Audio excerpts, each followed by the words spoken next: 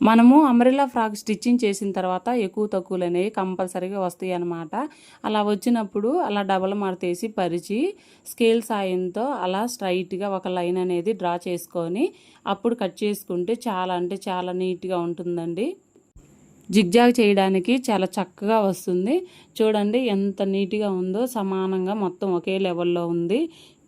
ఇంకా నీట్గా రావాలంటే సింగిల్ పొర వేసి అప్పుడు సమానంగా మొత్తం ఒకే లెవెల్లో కట్ చేసుకుంటే ఇంకా జిగ్జాగ్ చేసేటప్పుడు ఇంకా నీట్గా వస్తుందన్నమాట.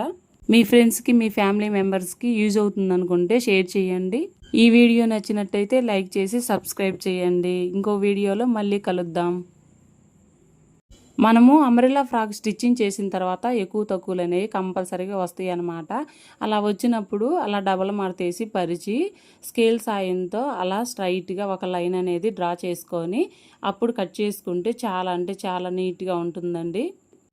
జిగ్జాగ్ చేయడానికి చాలా చక్కగా వస్తుంది.